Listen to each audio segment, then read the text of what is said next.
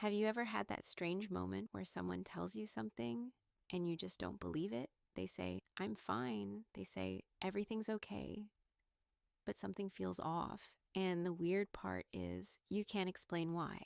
Hello, and welcome back to Bookworm. Today we're diving into What Everybody is Saying by Joe Navarro, a book that reveals something surprisingly simple but powerful. People might control their words, but they don't fully control their body. You don't need to be a psychologist to notice it. Think about it. When someone is nervous, their hands move differently. When they're uncomfortable, they shift their posture. When they want to leave, their feet start pointing away. Small signals, almost invisible, but incredibly honest. Joe Navarro, a former FBI agent, spent years studying these exact patterns.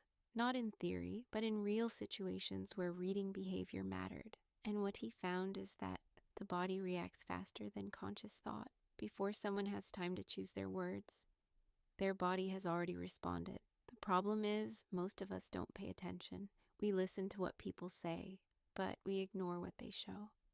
Stay with me until the end, because one of the most useful ideas in this book explains how to recognize discomfort, confidence, and hidden emotions, even when someone is trying to hide them. If you enjoy understanding people on a deeper level, like the video and subscribe to Bookworm. Let's go deeper.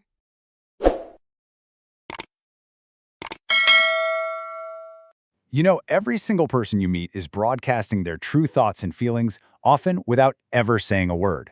Today, we're going to decode that silent language. We're diving into the work of former FBI counterintelligence expert Joe Navarro to learn how to see what everybody is really saying. So let's just jump right in with a story where this skill was literally a matter of life and death. Picture this. An FBI agent is interviewing a guy about a murder. His alibi? It's solid. He sounds totally sincere. The agent goes through a list of possible weapons, and one of them, the ice pick, is the actual murder weapon. Now, this is a secret only the killer would know. But as soon as the agent says the words ice pick, the suspect's body just completely betrays him. So he confessed, but what did the agent actually see? It was his eyelids. They came down, hard and fast. A tiny little micro-expression. It was this fleeting, involuntary flash of his true feelings that lasted maybe a second. His mouth didn't say a thing, but his body confessed for him. That one tiny reaction is what cracked the entire case. So, how can we learn to see these incredible unspoken signals? Well, to really get this, we've got to look at the source code, the human brain. Specifically, the ancient part of it that's been running the show behind the scenes for millions of years. I want you to meet your limbic system. This is what Navarro calls our honest brain. It's the ancient mammalian part that handles all our raw survival instincts and emotional responses. The key thing here is that it reacts to the world instantly and without any filter, way before our conscious mind even has a chance to catch up. And this is where it gets really interesting, because there's this constant battle happening inside our heads. See, our neocortex, our thinking brain, is incredibly sophisticated. It can reason, it can plan, and yep, it can lie. But our limbic brain, it can't. It just reacts. And those honest reactions send signals straight to our body, basically leaking the truth for anyone who knows how to look. Okay, so here's maybe the most powerful idea in the whole book. You don't need to memorize 1,000 different gestures. Navarro boils it all down to a simple binary. Is what you're seeing a sign of comfort, or is it a sign of discomfort? That's it. This is so powerful because it just cuts through all the noise. Instead of trying to figure out what does that specific arm cross mean, you just ask, overall, what emotional state is this person in? Comfort signals are open, they're relaxed. Discomfort signals are tense, they're protective. That's the fundamental question you should always be asking yourself. All right, so let's start putting this into practice. We're actually going to start reading the body from the ground up, beginning with the part that most people totally ignore, which also happens to be the most honest part of the body. So, why the feet? Well, think about it. From the time we're little kids, we're taught to control our facial expressions, right? To be polite, to hide what we're really thinking. We all know how to put on a poker face. But you know what we don't have? Poker feet.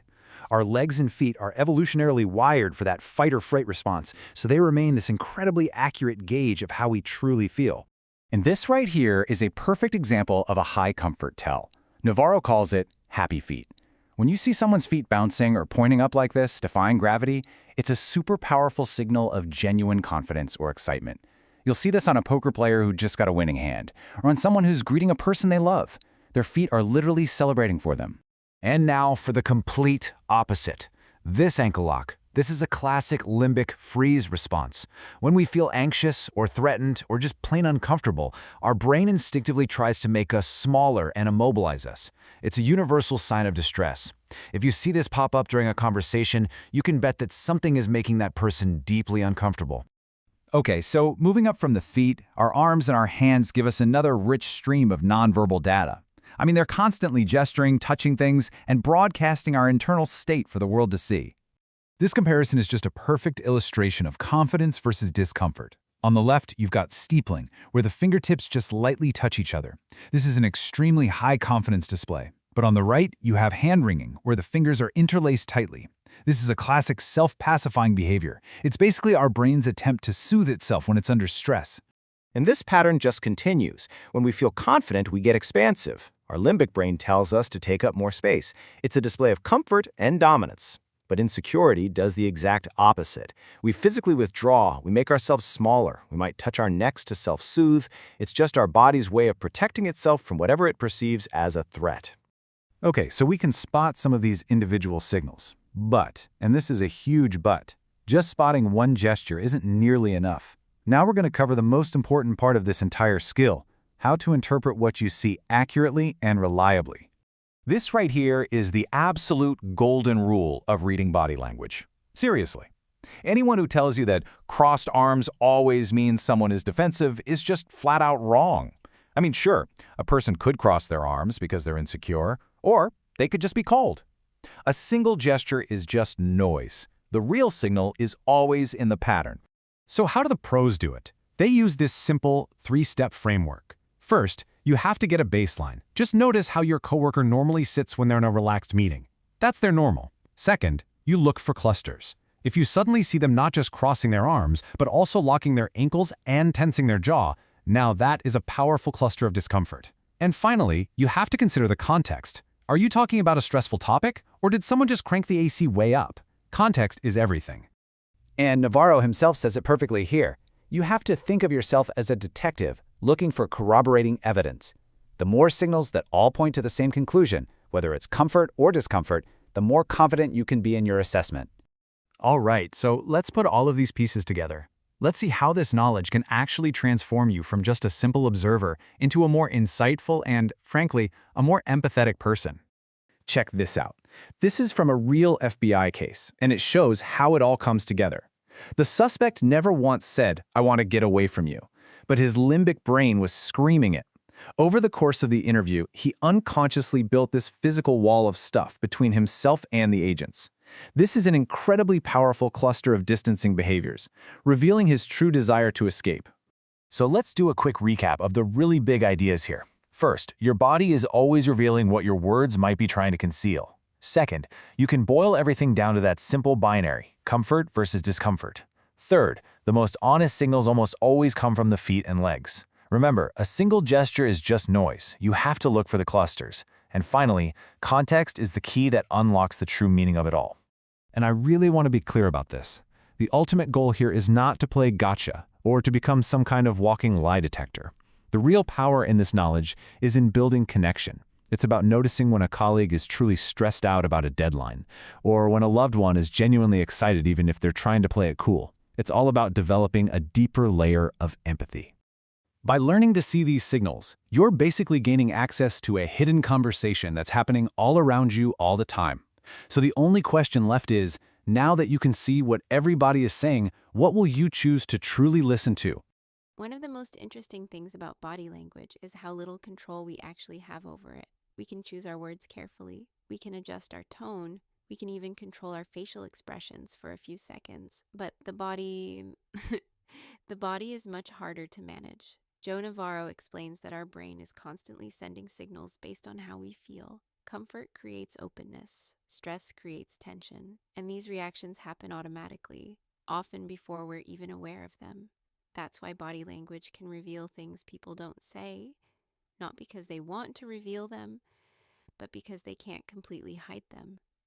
The mistake most people make is looking for one signal, one gesture, one tell, but real understanding doesn't work like that. It's about patterns, context, changes. When you start noticing how behavior shifts, conversations begin to feel different. You catch discomfort earlier. You recognize confidence more clearly. You understand people without needing them to explain everything. And once you start seeing it, it's very hard to ignore. If this made you think differently about the way people communicate, tell me in the comments.